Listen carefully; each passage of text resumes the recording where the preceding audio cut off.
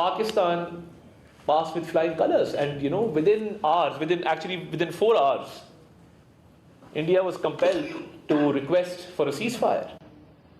So when I say Pakistan is changing, Pakistan actually changed. And I must acknowledge the kind of unity that we displayed as a nation, the resilience of our people.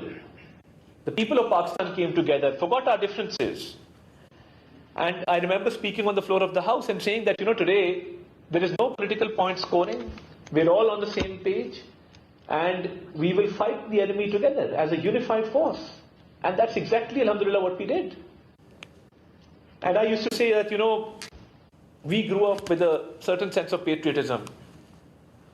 We had heard from our elders how Pakistan was made, and we used to celebrate 14th August by putting up small flags and lighting up candles.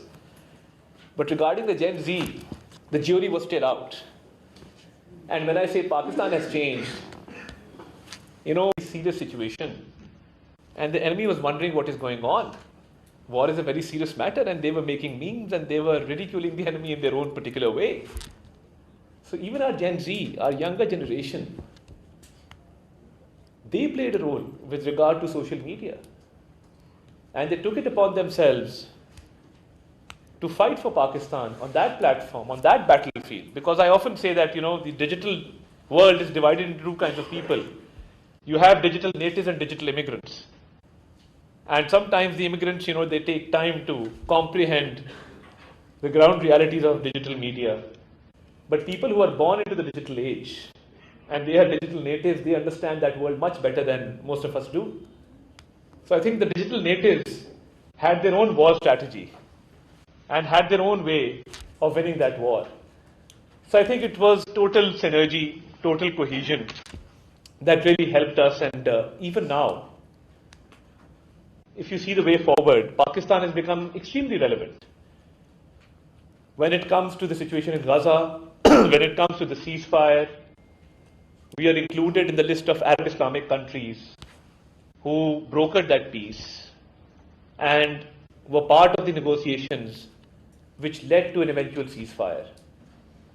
And I think that's a big win for Pakistan, where the countries of the world have taken us extremely seriously and believe that the things that we have to say, the advice that we have to give is extremely relevant and very, very important. And you've seen that we have had a lot of visits this year. And people often talk about foreign visits and the dignitaries coming to Pakistan. I think the diplomatic engagement in the past year and a half has been at its peak. We hosted the SCO Summit, Heads of Government Summit, after 14 years. We had 12 Prime Ministers coming to Pakistan, coming to Islamabad, and talking about strategic ties, talking about regional cooperation, talking about counter-terrorism, talking about regional connectivity. So we had all these things going on in succession. And even now, the way the world has engaged Pakistan, we're going to host the SCO Heads of State Summit in 2027, which is going to be a big event, inshallah. And excuse me. And with regard to improvement of ties with other partners in the region, we saw the Strategic Mutual Defense Agreement taking place with Saudi Arabia, which was, I think, one of the best things to happen to Pakistan in recent history.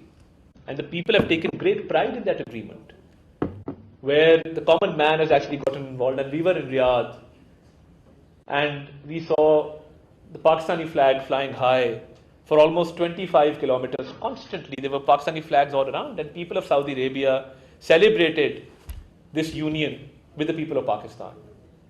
And then in the last visit, the launching of the Economic Cooperation Framework, I think that launch with regard to revival of Pakistan's economy has really, really cemented our ties with Saudi Arabia. And when it comes to the economic turnaround, I think that is something phenomenal, because our ratings have improved, our macroeconomic indicators have improved, there is stability which the world has acknowledged. The financial institutions the world over are praising Pakistan's performance in terms of the economic turnaround. So, right from default to development. And as I said before, from isolation to relevance. So, these two slogans really mean a lot when it comes to the government's performance. That we've taken, alhamdulillah, the economy from default towards development, and we've taken our foreign relations from isolation to relevance. And that is how I will define this journey. And I think the future is very bright. And yes, there is a situation with Afghanistan where we now believe that we now have an additional forum where we can present evidence of their involvement in acts of terrorism.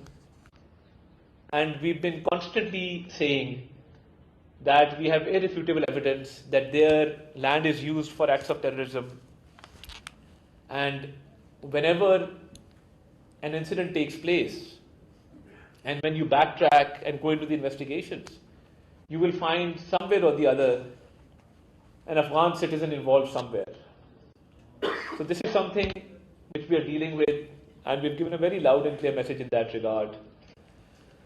So I think Pakistan's situation right now, in terms of its economy, foreign direct investment, strategic ties, increasing trade and commerce in the region, outside the region, it's been very, very optimistic, and we've had great results so far.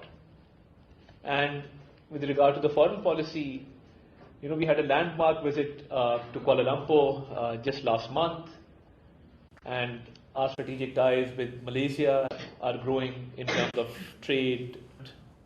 So I think overall, in these changing circumstances, Pakistan has played its cards right. And as you saw right after the attack on Doha, the Pakistani delegation was one of the first delegations to reach Doha and express our solidarity with the Qatari leadership. So I think Pakistan has not only played its cards right, but Pakistan has formulated a policy where we've had a lot of successes diplomatically. And this could not have been possible without the civil and military leadership being on the same page, and without that cohesion and that ideal working relationship that exists between Prime Minister Shehbaz Sharif and Field Marshal Saeed Asim Munir. So I think it's also a result, a fruit of that cohesion and synergy that exists between institutions. And it's the stability at home which has enabled us to advocate our case very, very effectively abroad. And we see that a lot of other countries are desirous of improving their relations with Pakistan. And having said that, I think the way President Donald Trump has more than once praised Pakistan and praised the Prime Minister and the Field Marshal and mentioned those 7 planes time and time again. So, that's a point to ponder upon. And we've had a great visit to the US. Relations have improved immensely.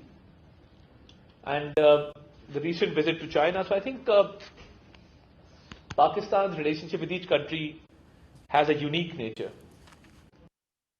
So one relationship cannot be at the cost of another relationship.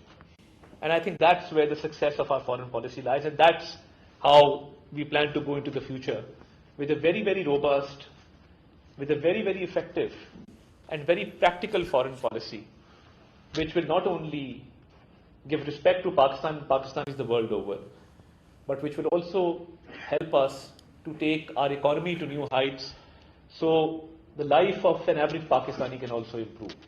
And I see that happening, inshallah ta'ala, in the very near future. I will keep on talking because that's what politicians do. We don't listen, we keep talking. So on that note, I'd like to thank you very much for this opportunity. And I hope that I could shed light upon all relevant issues related to our recent rise with regard to the May war and the post-war scenario. And I'm always delighted to be here at this forum, and thank you very much for taking up these issues and taking them up at the right time. Thank you, ladies and gentlemen. Pakistan Zindabad. बदलती दुनिया में पाकिस्तान के किरदार के उन्वान पर मुबाहिसा वज़ीर इत्तलात व नशरियात अता तारार इज़हार ख्याल कर रहे थे। उन्होंने कहा कि पाकिस्तान को 10 मई के मौक़े के बाद एक नई पहचान मिली। पाकिस्तान को दुनिया के देखने का नज़रिया